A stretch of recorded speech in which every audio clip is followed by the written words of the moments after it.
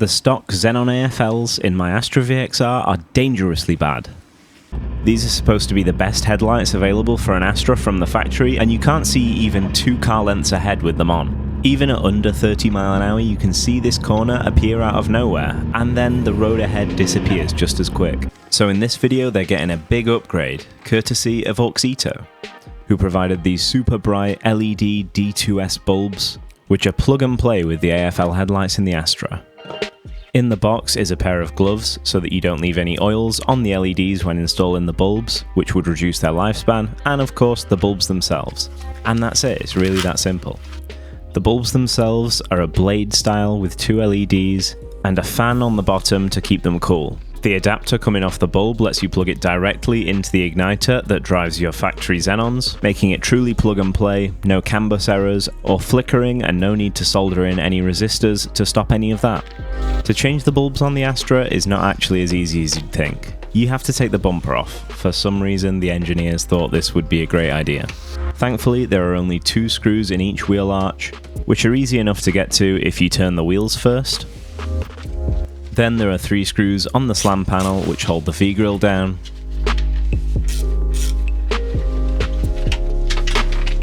And the bumper can be dropped forward by gently pulling outwards on either end. Then wiggling the V-grille off its clips. And finally popping the bumper off the crash bar, which is held onto by a black plastic clip in the middle, and it's kind of hooked on by the foam that's attached to the back of the bumper.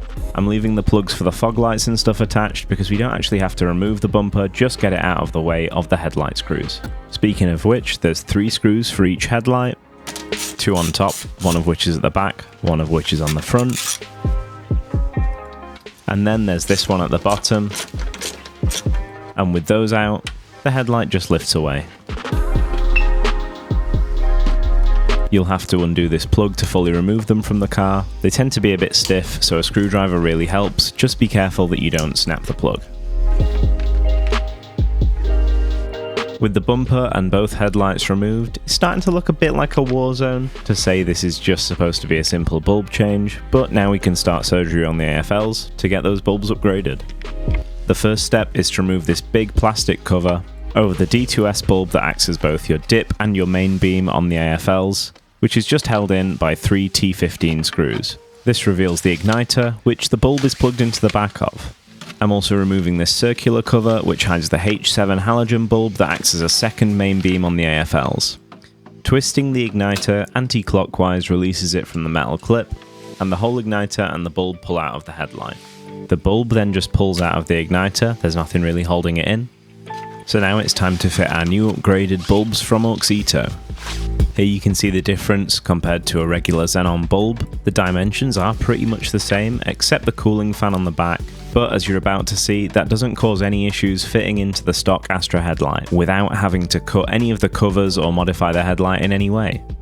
Okay, so first you've got to close the clip, and then up with the tab on the headlight, which is at the top, I guess, and that should stay in, not want to move anywhere. This thing goes in like that and twists to lock in place. That should just be able to tuck out of the way in here. I need to plug mine back in because it came loose.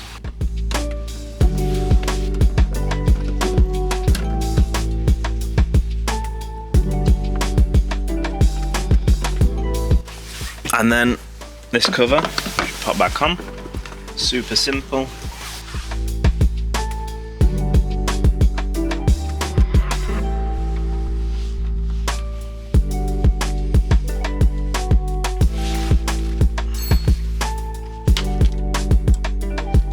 Now for the H7, we have to unscrew the holder from the body of the headlight, like so.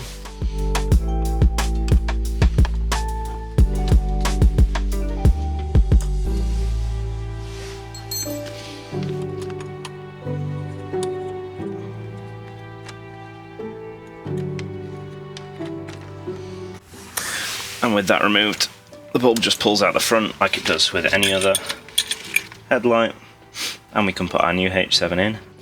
It's important to note that I stuck with a halogen bulb for the H7 high beams, because these actually use a reflector, not a projector, and if you put an LED or even a xenon HID headlight into a reflector like this, you're probably going to blind other road users.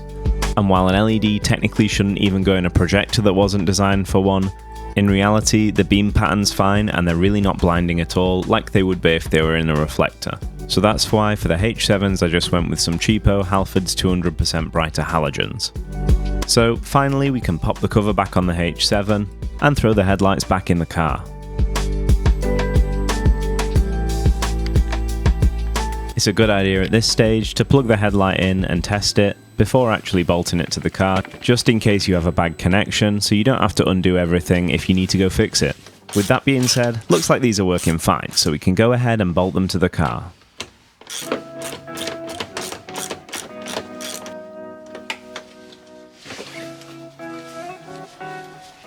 Finally, the bumper can go back on, which is just the reverse of how we took it off, with the clips and the screws and all of that.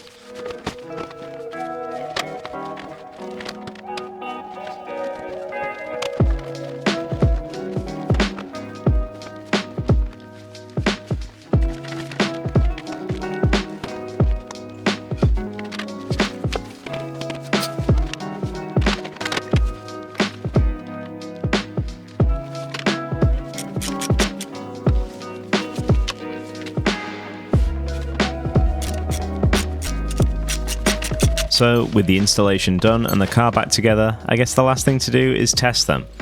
Honestly, watching the footage back that you're about to see blew me away with how much of a night and day difference there is between the new bulbs and the old ones, but I guess you can be the judge.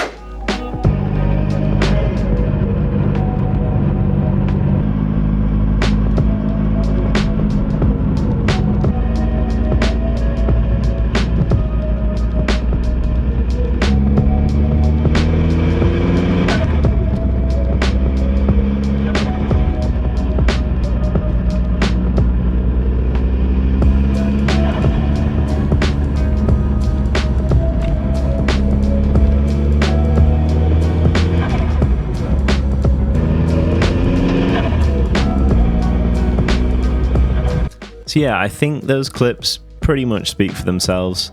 The Oxito bulbs are so much brighter than the standard xenons, way safer, you can actually see corners coming up with the AFLs. And honestly, I wish I'd fitted them so much sooner, because this car was like unpleasant to drive at night.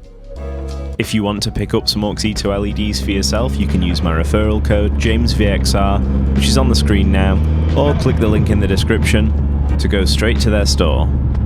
If you liked the video, hit like, leave a comment, tell us what you'd like to see next with the car, and maybe even subscribe if you want to keep following the channel, and I'll see you in the next one. Thanks for watching.